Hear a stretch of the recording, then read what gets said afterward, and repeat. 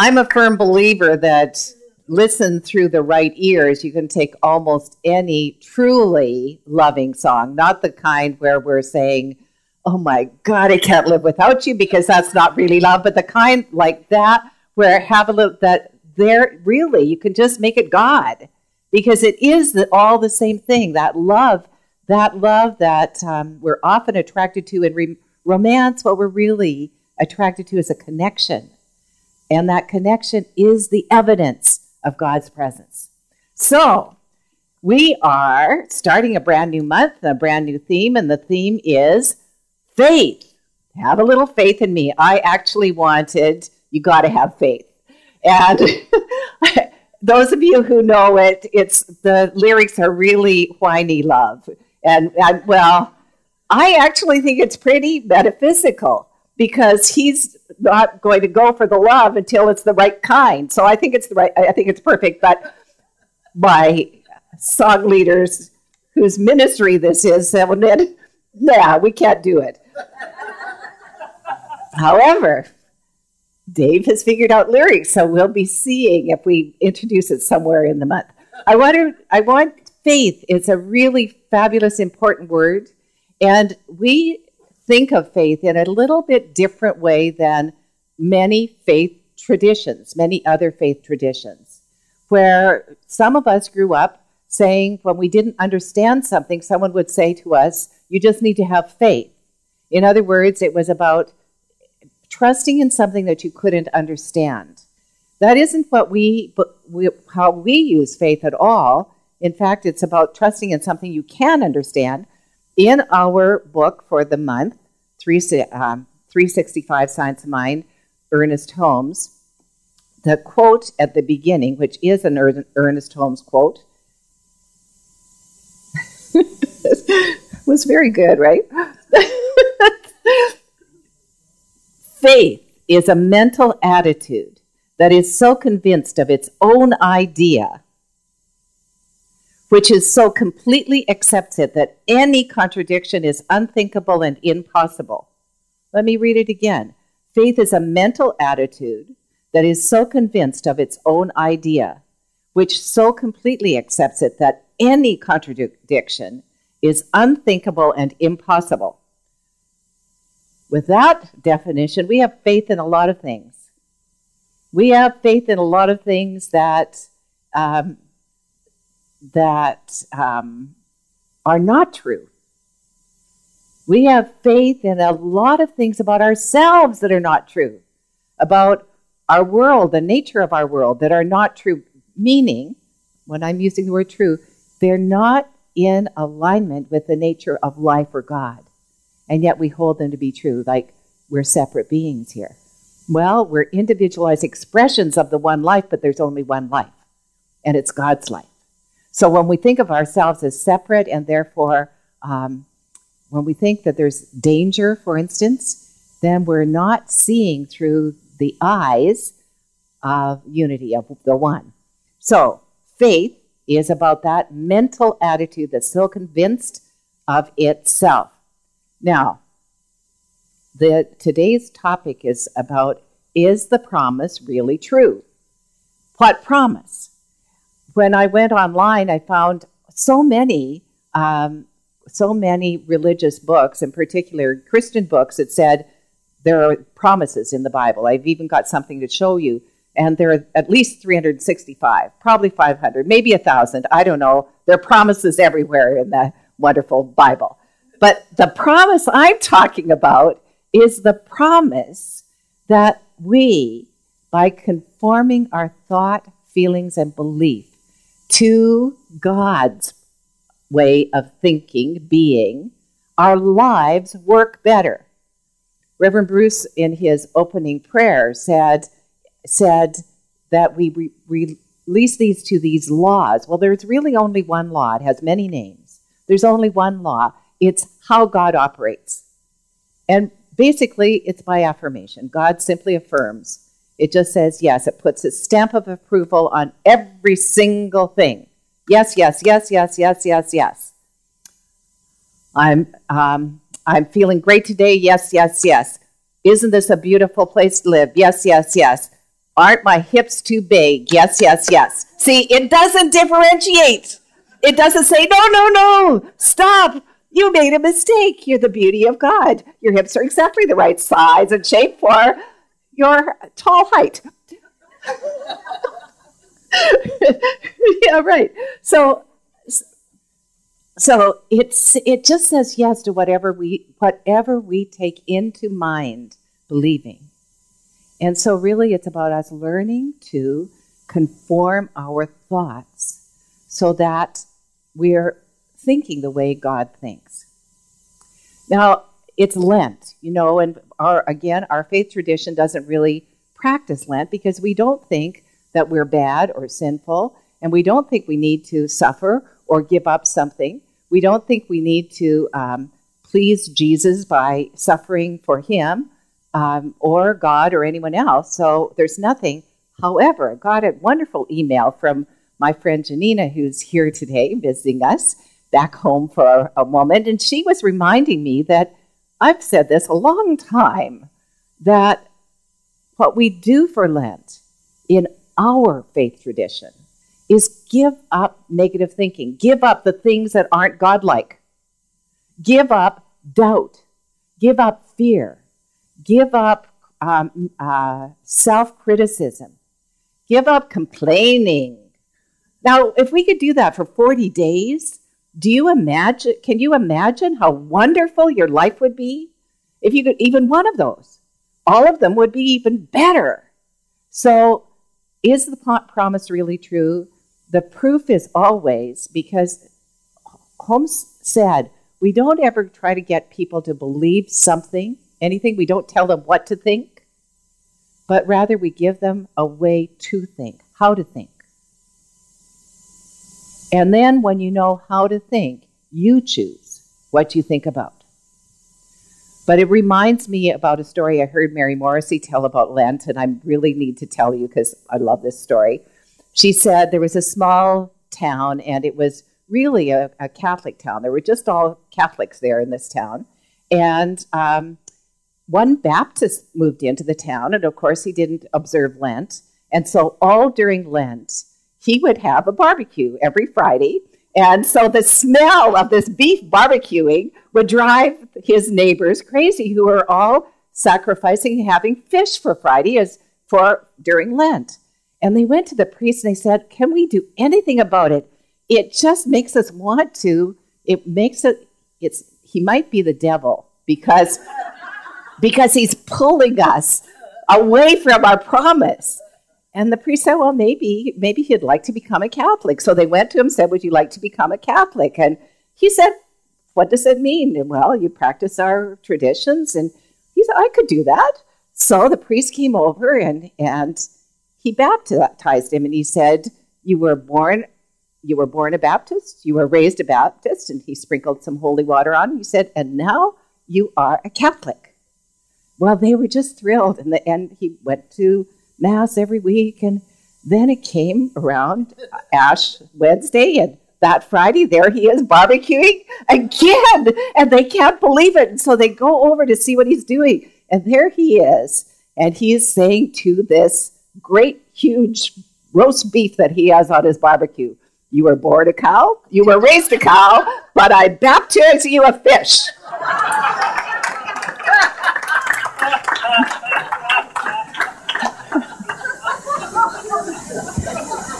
See, we don't ever ask you to believe something that your mind cannot accept as true. We don't ever, it's a great joke, a fun story, but we don't ever ask you to believe that something isn't what it is, but rather to encourage you to understand what the nature of life really is spiritually. And so therefore, to reflect on whatever's going on in your life and have some understanding about it. Earlier I said, if you visit a practitioner, the practitioner can change your life through affirmative prayer. And I absolutely know this. And this last week, I had at least 4 people, actually 5, because someone at last service shared with me something, that I had prayed for, and some good thing was happening because I'd prayed for them. And it's not because I prayed, it was just because the prayer was conforming to the truth. And things were happening in their life. And so one of them was my sister. And I'm so happy when I'm talking to my sister and we can just be girlfriends. And I'm not looking after her or raising her. It was a great conversation. And she said, oh, by the way, your prayer really worked. I'd forgotten what she meant, what prayer this was.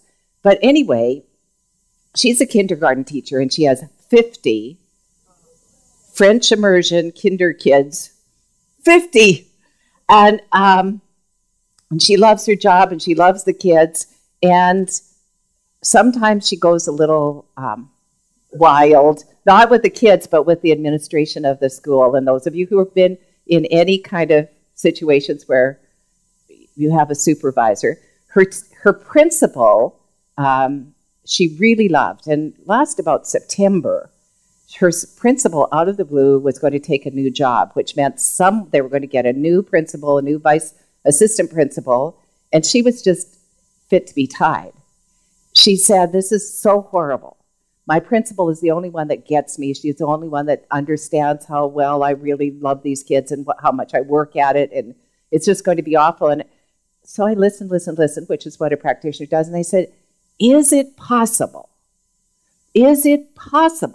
that you could get a better supervisor, a better principal than you already have? And she thought about it, and she knew that the answer had to be yes. But she had her doubts. Well, she said to me last night as we were talking, she said, my new principal is even better than the old one. She's more thorough. She's really, really in support of all of the teachers in the school. So prayer works. And the promise that I'm talking about, it's really important that you acknowledge the results of prayer. Now, it isn't really important for the practitioner, although we like it, don't we? I really like it when someone tells me, you prayed for me, and now my life is this much better but it's really not about acknowledging them because God's doing the work anyway. What you do when you acknowledge the demonstration of your prayers is you grow your faith. You grow your faith a little bit. You expand your faith, understanding that this promise is true, that it is always working, that it isn't a sometime promise, that it's always there. And sometimes it takes longer than others to demonstrate, to have the actual demonstration of our prayers. I'm loving my life. Right now, it is the best I've ever had it. And, a few months ago, I would have, because I'm of an age now, that I wasn't looking forward to being. And that's all I'm saying. Because I'm happy with it. I'm happy about everything in my life. I love where I live. I love my friends. I'm actually seeing men. First of all, I'm actually seeing men, which is really good, that I'm acknowledging, there's a difference. But I'm actually dating, which is really good. And, yes. And I'm prosperous, and our church is prosperous, and life is just fabulous. Happy, healthy, and in my new house, I have mirrors in my bathroom area. They're actually his and hers, but for me, it's hers and hers. My hers and hers mirrors. Right. And thank you, Michael. It might be a long time, might be eons. But anyway, when you look in one mirror, because you could see the complete backside. Yeah. Yeah, complete. You can see the complete backside, which, when you look forward in the mirror, one can pretend that what other people are seeing in the backside is slightly different. So anyway, So my sister and I were commiserating last night about our sizes. And both of us have gained weight this last year. And that is not a way to grow faith. So here's what I need you to know for me. I need you to know for me that as I'm looking in the mirror, seeing this and seeing that I am affirming a slender waist and absolutely the right size hips for 5'2", not 5'12", because I have the right hips for someone 8 or 10 years. They're just taller than me, right? Yeah. So just know that this, and that I love what I see and see what I love. Because, love what I see and see what I love, and you do the same thing. So I wanted to show you a little bit of what I found, because here's the thing. If you metaphysically interpret any of the promises in the Bible, they all are appropriate for you right here, right now. So we're going to look at if you want to go to this site, it's called 365 Promises, and there's some for every month. Every month there's one a day, and it's beautiful photography with it. So we're not going to go through the whole month of March, but we'll go up until I can't interpret it well. The earth belongs to me and all that is in it. So it belongs to the Creator, and we are the stewards. My throne will stand forever, and justice will reign in my kingdom, and through the law of cause and effect, it is always a just world that we live in. The grass will dry up and flowers will fall, but my word will endure forever. So the word, God's word, is eternal.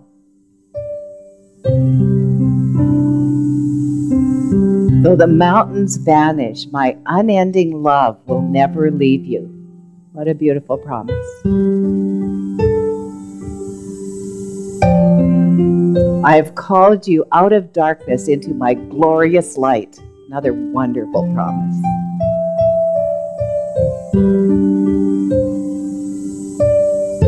I've chosen the weak things of this world to confound the strong. And look at a flower and what it does. I delight to reveal my kingdom to those with a childlike heart.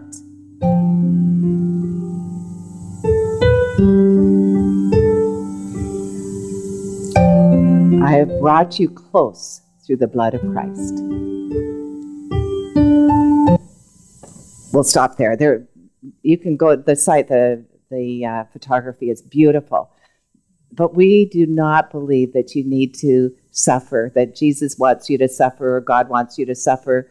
But blood simply for me means that lifeblood that runs through all life, all living beings share the same thing. That's the thing that keeps us whole and complete, that we're one with everything. And the Christ consciousness in us is simply that consciousness of great good, the God life in us. So when we are most our God selves, our Christ selves. I wanted to bring you up to date. I invite everyone, but especially our members, to come to our meeting, and you'll get opportunity to ask questions. But I wanted to also let you know that we are making progress in our search for the home that we own. We made huge progress, and many of you went last week to see the land that we had looked at, and we had a home that we own meeting this past week, and you all filled out forms, and it seems that the consensus is that you do not want to go ahead with that site because, not of the site so much as the electrical plant that is beside and the plans for that plant. So it's been set aside for now. But meanwhile, the interesting thing is life is just giving us other things to look at. And what I know is that the wisdom of God within the group that is our membership will direct us to the right ideas and the right place. I remind you of the story of the weight and measure of the ox that they used to do. They used to have at the fairs you could win an ox if you guessed the weight, and no one actually guessed the real weight. But if you took all of those pieces of paper, every single guess, and divided by the number of guessers, you got the weight of the ox. So there's an intelligence that permeates everything as a group, as a totality. And so what I know is not as a one or two or even a committee, but as this whole congregation, there is a decision already being made, and it's the right and perfect decision that blesses us. So I wanted to bring you up to date on that. Questions you can ask any of the Home That We Own committee members, and they'll wave at you right now. There. Okay. Fred, Dina, Francie, David, and Aiden, me, and Pam, who's out there. Okay. I want to read the whole, not the whole thing that's from today, but the affirmation that we read. Usually I make them up, but this one was partly Holmes and partly me. And I thought I put quotes, but I guess I didn't, because anyway, so I want to read you where it came from. It's in our book on today's date, March 4th. But this is what Ernest said. He said, "Today I accept my own affirmations. There is nothing in me that can contradict them. I have a deep inward sense, feeling, conviction, and complete faith that there is a power of good governing everything, that it is governed completely with absolute certainty, without deviation, without exception, and that there is nothing to oppose it, to change it, to limit it, or to circumscribe its action. I abandon myself to this faith, live in its atmosphere, and accept its conclusion. I know that I am a divine being on the pathway of an endless self-expression, and that the eternal God is my host now and forevermore. I accept this conclusion. I know that I am a divine being on the pathway of an endless self-expression, and that the eternal God is my host now and forevermore. God is good. All time, 24/7, 366. And so it is. Thank you, thank you, thank you.